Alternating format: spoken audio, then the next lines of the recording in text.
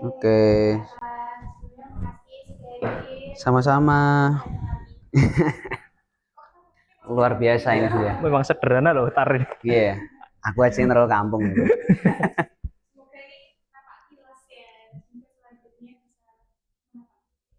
Amin. Amin. Jadi untuk hari ini kita ada sesi paling biasa kan dari Mas Aziz tadi akan membantu mengarahkan dan juga memimpin obrolan. Ikutin aja Mas Aziz, kalau misalnya kamu melihat kamera, kamu lihatnya ke arah sini. Itu Ya. Nanti kalau mau haus diminum, Ya. boleh. boleh itu. Kemudian nanti ya akan kita siap. Siap, aku siap. Kalau itu waktu. Oke, kembali lagi di Gladys Talks teman-teman. Kali ini Gladys kedatangan tamu spesial yaitu Muhammad Ataullah Arumi atau Atar. Halo. Oke, Atar ini siswa kelas 12 di Madrasah Aliyah Mualimin Yogyakarta dan pernah mengikuti pertukaran pelajar ke US tahun 25. 2025 ya. Nomor 25.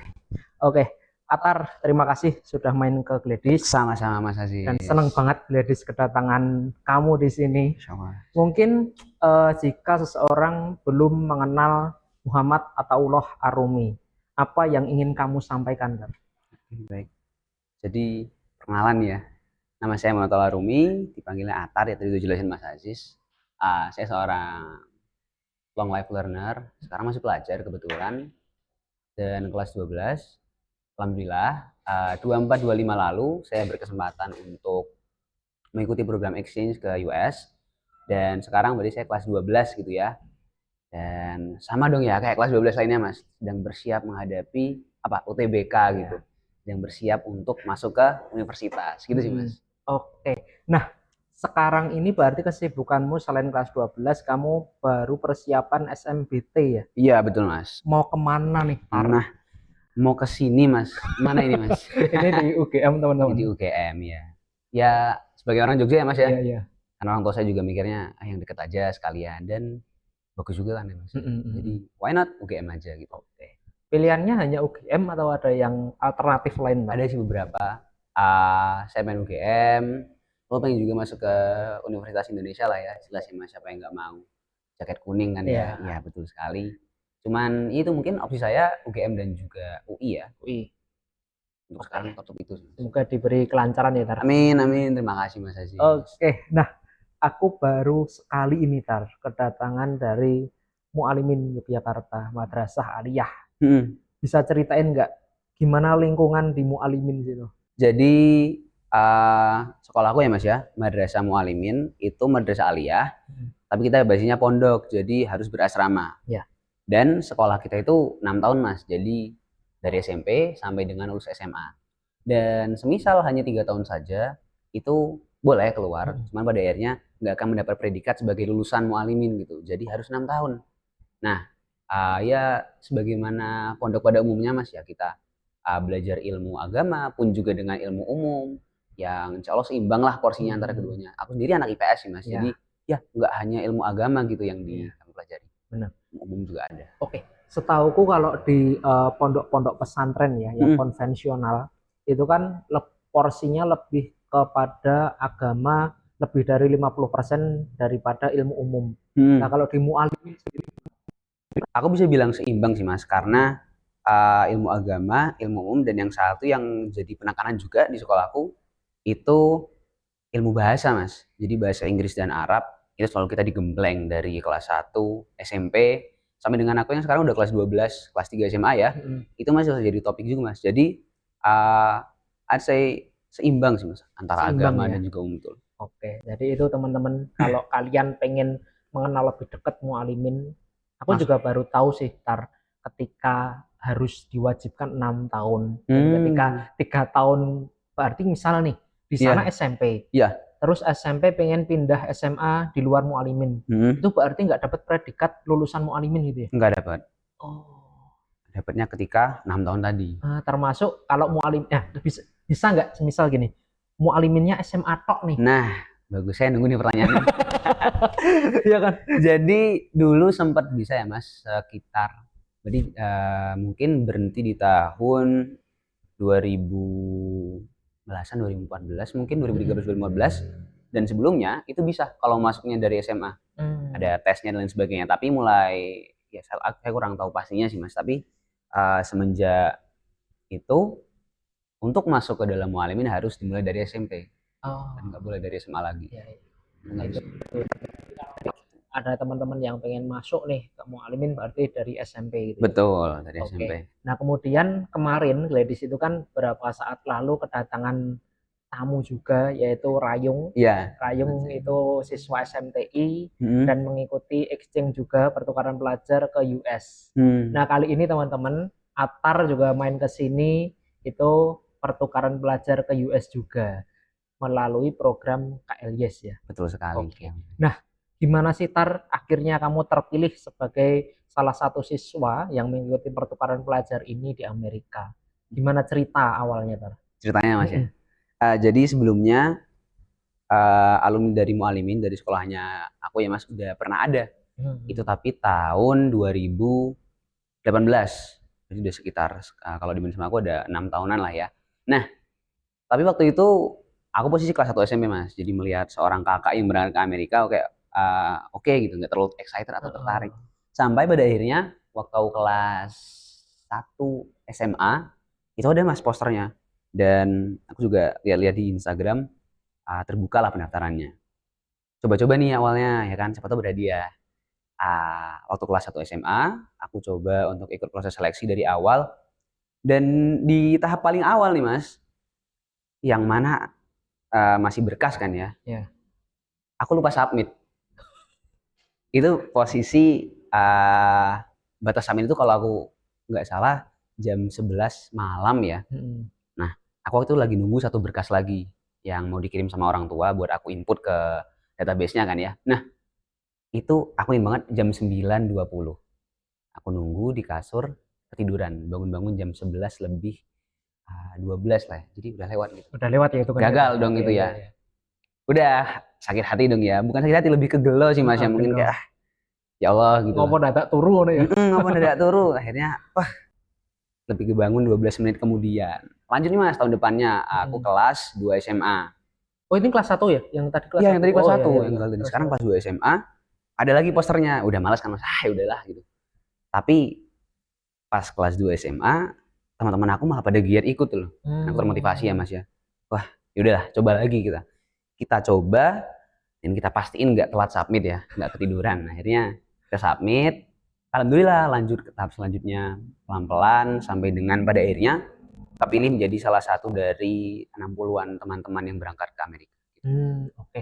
Sorry, tadi berarti persyaratannya apa aja Tar? Persyaratannya sebenarnya cukup simpel sih Mas. Kita diwajibkan untuk ngisi biodata, lalu setelah itu ada esai-esai yang harus kita isi, pun juga dengan surat-surat rekomendasi dari sekolah, karena kan pihak pemberi beasiswa ini juga ingin tahu bahwasannya ini anak yang luar biasa dari sekolah gitu, karena anak yang biasa-biasa aja. Pun juga rekomendasi rumah Mas. Jadi bahkan aku tuh minta tolong ke tetangga buat ngisi rekomendasi gitu.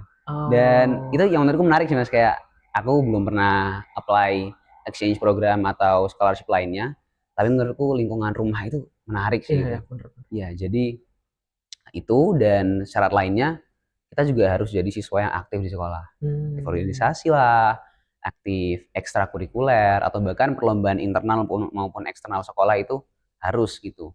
Jadi ketika proses seleksi berjalan ya Mas, aku bertemu dengan teman-teman yang wah luar biasa. Kalau anak zaman sekarang kita nyebutnya ambis. Ya anak-anak ambis gitu. Padahal aku pribadi notabene-nya anak yang apa Mas ya, kalau di bahasa Jawa tuh slow gitu, nyantai ya.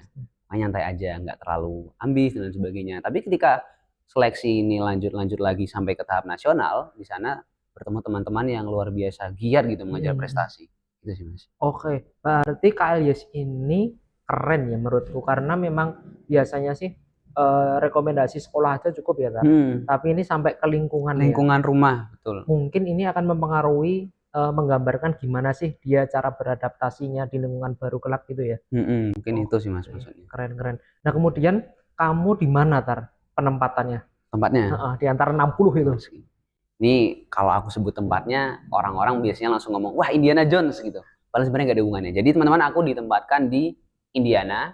Indiana itu di Midwest lokasinya, dan Indiana itu nggak ada hubungannya sama Indiana Jones ya. Karena bener mas, semenjak sebelum saya berangkat sampai saya pulang, kalau orang tanya di mana Indiana, wah Indiana Jones, nggak ada hubungannya teman-teman. Cuma kebetulan aja namanya Indiana Jones. Oh, Indiana Jones. Indiana. Tak Tuh. searching dulu. Waduh. Aku Betul kan? penasaran Cel. Oh, iya, pernah nonton Mas Aziz ya? Pernah. Ya, Oh, tuh, cukup terkenal juga. keren. Itu berarti kecil atau gede Tar? Terbilang besar sih mas, State-nya. besar. Dan state aku itu bahkan di kotanya itu nggak seperti di New York atau di Times Square gitu yang metropolitan banget, enggak. Jadi terbilang rural area desa. Mayoritas tetangga-tetanggaku tuh petani mas, Oh, bahkan peternak gitu. Jadi bukan yang seperti kota-kota besar, enggak, justru malah desa-desa. Indiana seperti itu sih mas. oke. Nah, terus kemudian apa sih Tar ekspektasimu sebelum berangkat tentang US itu apa? Tentang US ya berarti ya. Jujur nggak ada ekspektasi mas. Enggak, maksudnya eh, anak-anak anak remaja gitu ya, terutama pasti kan mereka nontonnya kayak film-film barat yang nggak mas, tentang Amerika, atau bahkan High School Musical, Mas Aziz tahu. Nah, aku nggak nonton sama sekali. Jadi kayak ketika mereka berbicara, kan ketika proses seleksi ya, ada teman-teman yang menjawab, oh ingin merasakan kehidupan sekolah Amerika layaknya High School Musical. Aku apa sih itu ya, nggak pernah nonton soalnya. Jadi kayak aku nggak ada ekspektasi. Tapi yang aku ekspektasikan di sana mungkin adalah gedung-gedung sekolahnya, lalu jam pelajarannya lebih fleksibel. Karena kalau aku selama di Mualimin kan selesai sekolah nih mas, balik ke asrama, ada jam malam juga, ada sholat, setelah sholat pun ada pelajaran lagi. Jadi mungkin aku bayangin, wah akhirnya bisa merasakan sekolah negeri nih aku di US gitu. Mungkin itu sih mas ekspektasi. Oke. Nah, terus kemudian kalau tentang sekolahnya, terus kemudian lingkungannya, itu gimana Tar? Apa yang membedakan? Oh ini nggak ada loh di Mualimin, nggak ada loh, sedangkan di sana ada. Mungkin satu hal yang aku soroti ya mas terkait dengan sekolah dan lingkungan. Sekolah dulu nih. Mereka ini sistemnya moving class ya mas, yang cukup jarang ya kita temui di SMA di Indonesia gitu, Yogyakarta apalagi. Dan tapi dengan sistem moving class ini mereka bisa disiplin gitu. Jadi let's say aku di jam pelajaran pertama itu udah kayak kuliah gitu mas, temennya bakal beda tiap kelas. Kelas pun aku bisa milih itu dari sudut pandang kurikulum, dan ketika moving class anak-anaknya itu teratur, benar-benar masuk kelas. Karena yang aku lihat mungkin ya siswa-siswa Indonesia kan ada yang bolos biasanya atau sebagainya. Tak terkecuali aku juga mas kadang gitu. Tapi ya itu mungkin salah satunya, teratur, rapi, disiplin, dan yang pasti mereka itu lebih fleksibel aja sih mas, interaksi sesama muridnya pun juga kepada gurunya. Bahkan nggak perlu pakai Mister or Mrs gitu, it's okay gitu ya. Untuk beberapa guru, nggak semua. Tapi ada mereka yang ya langsung panggil aja pakai nama, nggak apa-apa. Itu bukan yang nggak sopan lah ya. Memang standar normanya seperti itu di sana. Terus terkait dengan lingkungan, ini aku juga agak shock sih mas. Kita kan orang Indonesia lah ya. Ya, culture shockmu apa? Culture shocknya gitu. Kita kan orang Indonesia ya mas, ada RT, ada RW, ya nggak, bersosialisasi. Aku tiap minggu pagi nih mancing bersama dengan teman-teman rumah, atau mungkin ada acara kayak sekedar 17-an, atau mungkin ada ulang tahun kampung dan lain sebagainya. Itu hal yang nggak ada di sana. Bagi orang yang berasal dari latar belakang keluarga yang sangat sosial banget di kampung. Jadi ketika ke sana itu aku heran mas, bahkan Mas Aziz tanggaku nih ya. Aku nggak kenal Mas Aziz itu bisa loh. Bahkan ketika udah 5-10 tahun aku tinggal di kawasan yang sama Mas Aziz, bisa jadi aku nggak kenal Mas Aziz. Gitu. Jadi kayak kalau kita sebut antisosial juga salah ya mas ya, bukan itu ya. Mungkin mereka itu individualismenya tinggi, mereka menjunjung tinggi privasi. Jadi menurutku itu hal yang unik sih. Ya karena aku nggak bisa mas kalau nggak kenal tetangga sebelah, ya kan Mas Aziz juga gitu. Nah kemudian ini Tar, kan Indonesia ini kan sosialisme banget ya. Betul. Terus kemudian kamu setelah sekolah gitu ngapain aja Tar kegiatannya? Nah jadi selama di sekolah, ya sekolah biasa ya mas. Sekolahnya itu mulai dari jam 8.20. Selesai di jam 3 sore. Enak lah ya. Kalau kita bandingin sama sekolah Indonesia yang mulai jam rata-rata jam 7-an, bahkan jam 6.30 sudah harus datang ke sekolah gitu. Dan selesai mungkin jam 2, jam 3, atau bahkan ada yang jam 5. Jam ke 0 ya. Jam ke 0 juga ada itu, wah itu dia. Jadi terkait jamnya sendiri udah fleksibel banget. Terus pergaulannya, jujur untuk bergaul ini ada kendala mas. Maksudnya dalam artian mereka ini bukan tipe orang yang akan dengan sendirinya mendatangi kita kalau kita orang baru di lingkungan. Karena satu, exchange student itu hal yang biasa di sana. Jangan kalau di Indonesia ada exchange student gitu datang ke satu sekolah kan langsung jadi perhatian Iya, ya, iya, langsung jadi benar. pusat perhatian. Sedangkan di sana enggak. Jadi itu hal yang umum bagi mereka. Bahkan mungkin mereka nggak nyadar kalau ada anak satu nambah gitu di kelas. Oh, Jadi mau nggak mau ya karena memang aku punya kebutuhan untuk bersosialisasi juga ya mas ya. Jadi aku yang approach mereka, aku mm-mm. yang kenalan sama mereka dan coba berteman lah. Dan akhirnya dapet kok teman gitu. Hmm. Karena pada akhirnya ada yang hobi kita sama, ada yang kita suka sama-sama suka sepak bola, misal kayak gitu. Dan selain sekolah mas, aku juga ikut ekstra sport ya. Nah, Kalau teman-teman yang belum tahu di US itu kan sport itu satu hal yang gimana mas ya menjelaskannya kayak wah banget ya. iya, iya. Ada basket lah, ada Iya, iya, betul. American football yang senggol-senggolan itu mas. Sepak bola juga lumayan MLS-nya. Dan aku waktu itu ikutnya track and field, lari mas, Heeh, heeh. lari karena season American footballnya udah habis, makanya aku mau ikut Oh, juga. kayak ini trail run gitu. Ya trail run, kayak siapa ya mas ya, kayak Usain Bolt Iya, itu, iya, iya. ya yang dari Uganda. Nah jadi aku ikut track and field itu salah satu ekstra after class yang aku ikutin. Di situ aku lari 100 meter, aku ketemu sama teman-teman yang punya hobi sama dan ikut kayak kompetisi juga, kompetisi Hmm, antar sekolah. Itu hal yang rutin mas, hampir seminggu 2 minggu sekali lah. So itu experience yang lumayan menakjubkan sih bagi saya. kamu Stravain nggak, Tar? Waduh, jujur jujur ya mas, aku nggak kenal Strava. Bahkan sampai Sampai sekarang. sampai sekarang aku nggak punya Strava. Oke. Bukan pelari Bukan culture pelari ya. culture, lari karena lari aja gitu. Bener. Nah, Kebetulan. kemudian ini Tar, kalau tadi kan culture shockmu ketika di sana sangat individualis ya. Iya betul. Terus kemudian kamu sangat sosialis. Ini gimana caramu beradaptasi di sana, Tar? Justru itu hal yang baru dan menurutku bagus mas Mm-mm. buat diriku sendiri, bahwasannya nggak melulu kita tuh harus bersosialisasi kan, ada ya baterai sosial dan Ya, sebagainya benar. juga yang mana pada akhirnya aku sadar satu hal kalau misal nggak apa-apa kok untuk uh, bukan nggak peduli sama orang lain ya, tapi nggak apa-apa untuk ngurus urusan kita sendiri dulu untuk beberapa waktu. Jadi ketika aku bertemu, aku yang sudah terbiasa bergaul, sudah sosialis tadi yang Mas Ya. Asi sebutkan, ketika bertemu dengan teman-teman yang individualis, aku di situ malah belajar kalau misal, oh ya aku tuh punya ruang privasiku, mereka punya ruang privasi mereka, yang mana itu sama-sama harus kita hargai. Mm-mm. Ya, aku adaptasi aja sih. Bener, oke. Berarti itu bukan menjadi kesulitan yang berarti ya, Tar ya? Bukan sih Mas. Oke. Nah, kemudian gimana sih, Tar, kalau pandangan orang US tentang pelajar Indonesia? Tentang belajar Indonesia Nah, ya. Jadi secara spesifik, uh, aku belum pernah dapat katakan dari teman-teman yang oh pelajar Indonesia itu A, B atau C, ya, ya. karena mereka mengeneralisir tuh anak exchange gitu, Mm-mm. atau mungkin spesifik lagi teman-teman pertukaran yang dari Asia gitu kan. Mm-mm. Walau mereka di awal fun fact ya mas ya, ketika aku tanya aku kelihatan kayak orang mana sih gitu, Iya, iya. mereka nggak bilang orang Asia mas, Oh, mereka bilang kayak orang apa ya, orang-orang pulau gitu. pulang. Iya mungkin muka aku kurang Asia ya mas ya gitu. Jadi pandangan mereka terhadap teman-teman exchange utama yang dari Asia atau Indonesia Mm-mm. itu satu rajin belajar, Mm-mm. jelas tuh ya. Bagi mereka orang Asia itu belajar gila-gilaan kan, padahal aku sendiri nggak suka belajar sih mas jujur.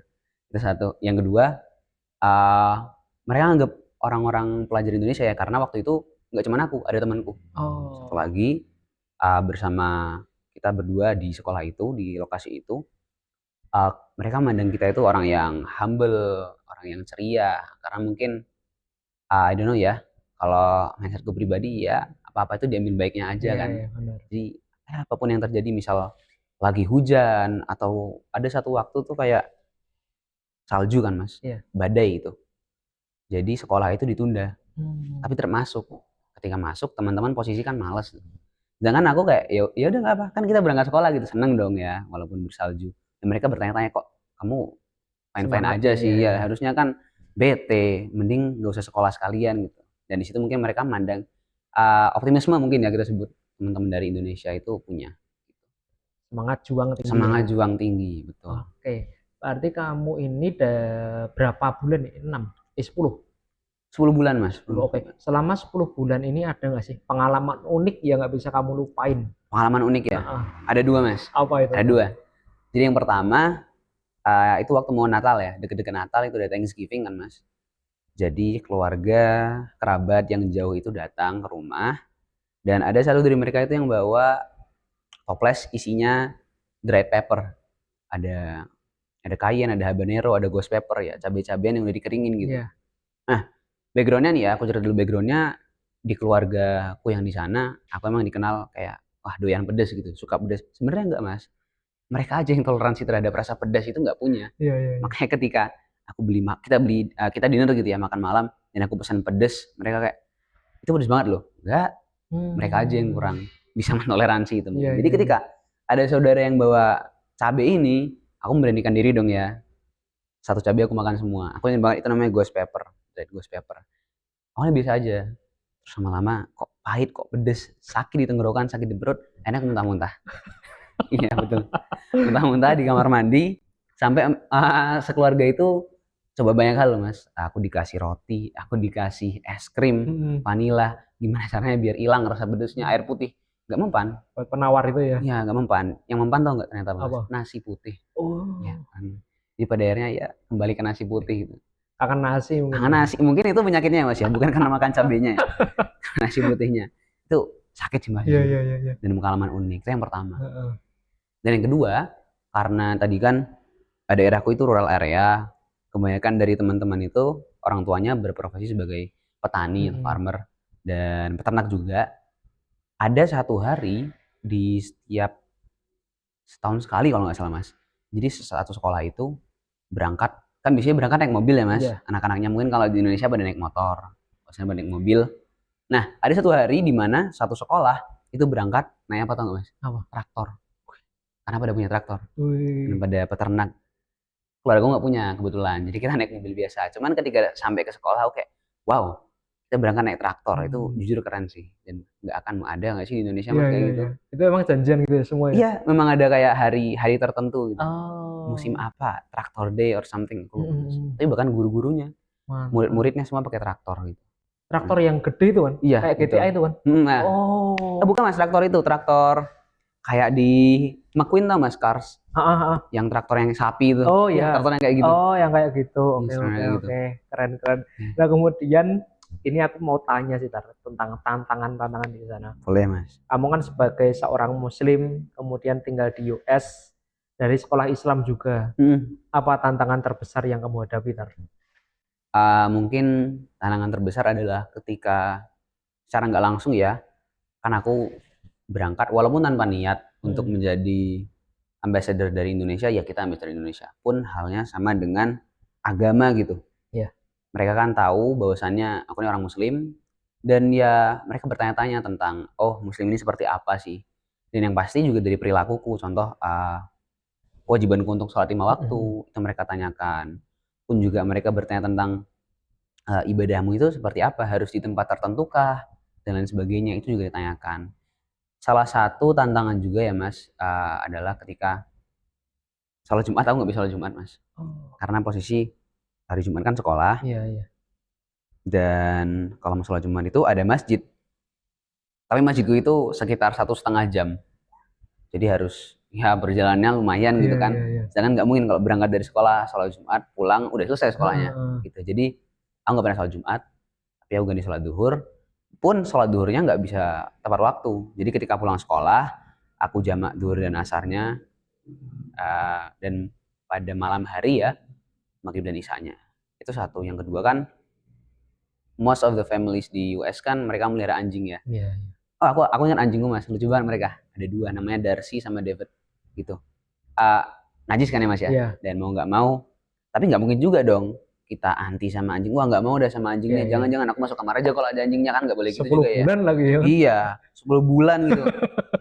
Ngoyo juga mas, makanya mau nggak mau harus toleransi juga. Dan yaudah akhirnya aku main sama anjing.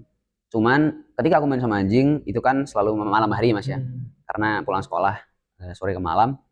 Pertama aku pastiin aku udah sholat maghrib dulu, Setelah itu baru aku boleh main sama anjing. Kenapa? Karena setelah itu aku mandi, ya pakai sumber dari tanah sesuai dengan tuntunan, baru bisa sholat isya lagi, ibadah lagi gitu. Jadi daripada tantangan, iya tantangan sih ya, cuman aku anggap itu pengingat juga bagi diriku bahwasannya mungkin di zaman dulu ini uh, para muslim ini ibadahnya lebih sulit lagi daripada ini. Dan teman-teman minoritas di seluruh dunia mungkin seperti ini juga yang dirasakannya. Benar. Dan itu membuatku bersyukur aja sih mas, lahir di Indonesia sebagai seorang muslim gitu sih. Aku bayangin sih betapa ya kalau mau sholat Jumat 1,5 jam, kemudian tadi kamu juga harus apa ya sosialis dengan anjing juga. Itu kan tantangan-tantangan tersendiri ya yang Iya, kita betul. temui di Indonesia. Nah kemudian sebagai muslim di sana itu minoritas ya Tar. Iya betul. Gimana toleransi di sana Tar? Aku boleh dibilang toleransi di sana sangat baik mas.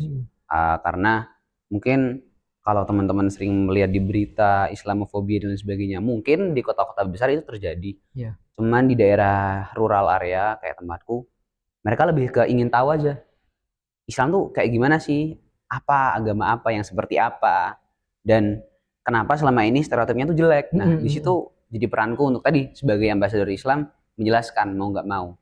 Salah satunya lewat perkataanku, lewat penjelasanku, pun juga dengan cara aku berperilaku sehari-hari.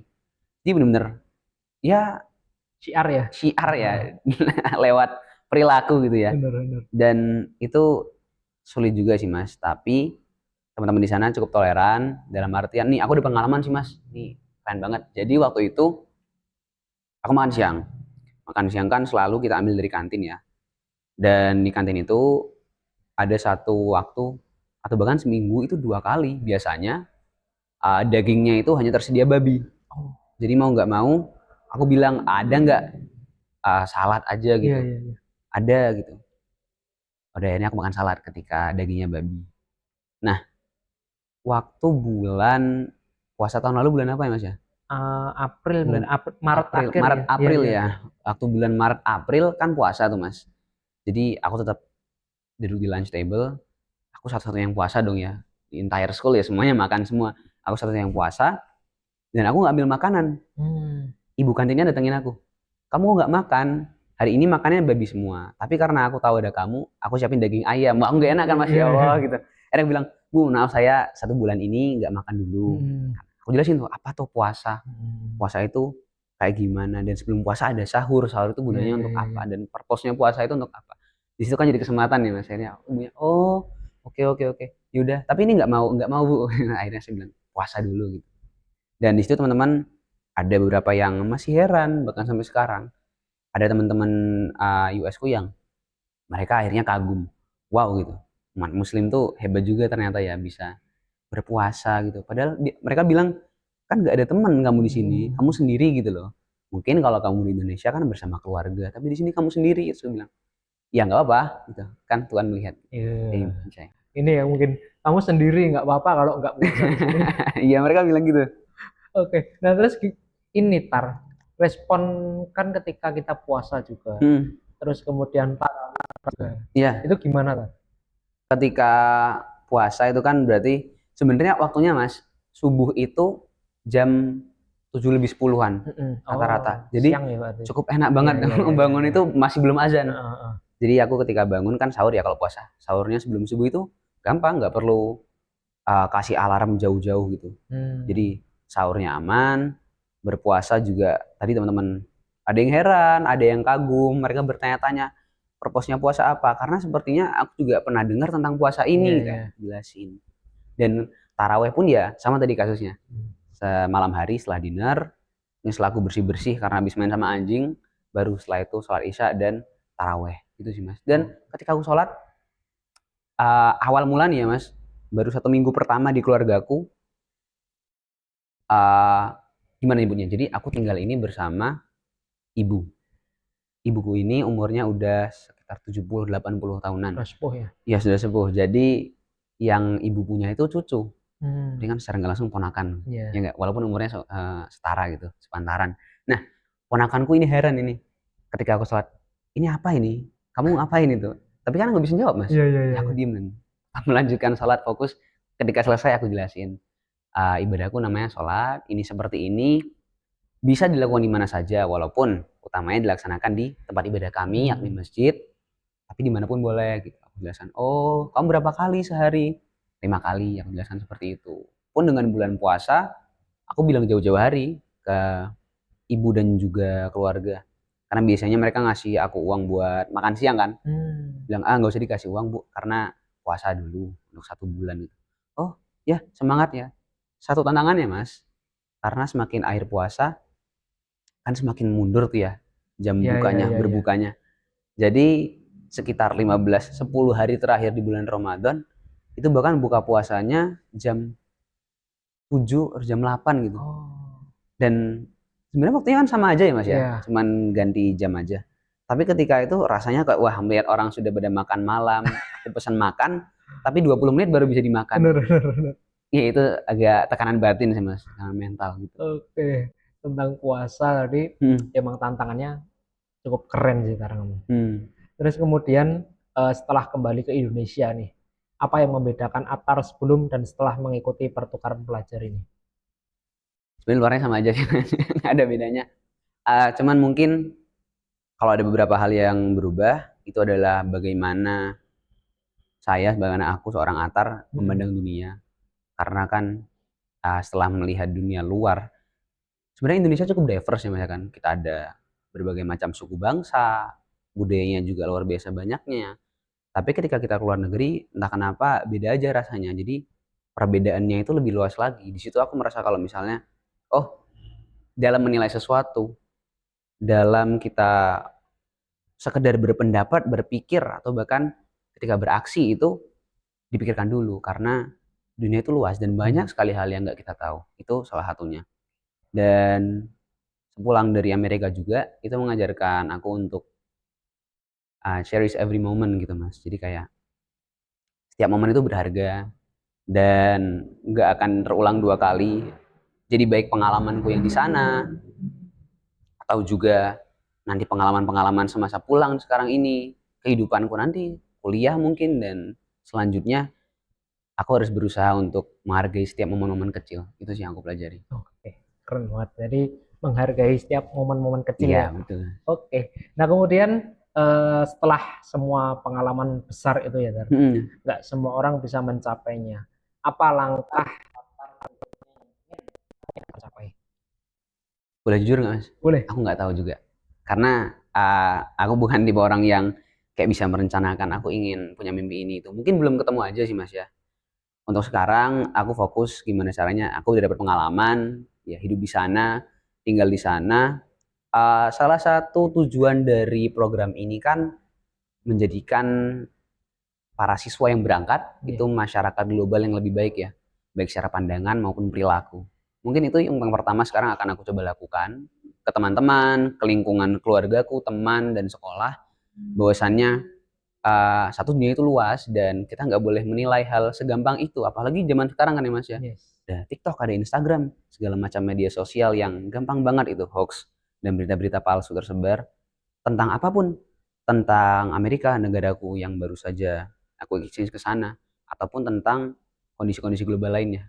Bahwasannya itu nggak semudah itu nggak segampang itu, dan kita butuh untuk research dan nggak semena-mena dalam menilai, itu satu. Tapi aku yakin seiring berjalannya waktu, karena sekarang aku lagi persiapan kuliah, nantinya bakal kuliah, aku yakin bakal menemukan tujuan hal yang mau aku capai dalam hidup. Tapi untuk sekarang aku jalanin aja dulu, gitu sih mas. Nggak ada salahnya seseorang Iya. tuh saat ini belum mempunyai tujuan tuh nggak ada salahnya sih, ya kan? Betul.